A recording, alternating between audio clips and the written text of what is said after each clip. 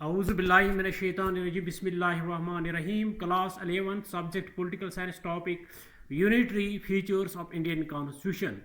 Unitary features of Indian Constitution. Along with the federal features, the Indian Constitution has distributed the powers which are as under. Unitary features of Indian Constitution. Number first, division of powers in the favor of center. The Constitution has distributed the powers between the center and the state in such a way that center has become stronger than the states. If there is a clash over a subject in the concurrent list between the center and the state, the will of the center will prevail.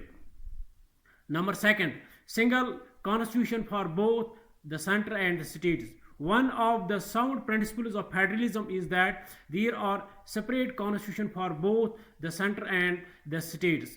But in India, there is a single constitution for both center and states. The state of Jammu and Kashmir is an exception, has its own constitution. Number third, single citizenship. In many federal countries, there is a provision for a double citizenship, but in India, the principle of single citizenship has been accepted to promote national unity and integrity. Number fourth, single integrated judicial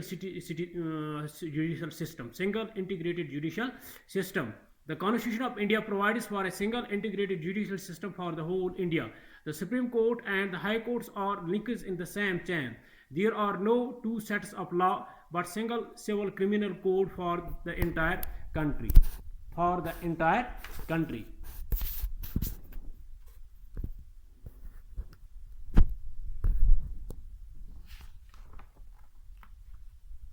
Unitary features of the Indian Constitution.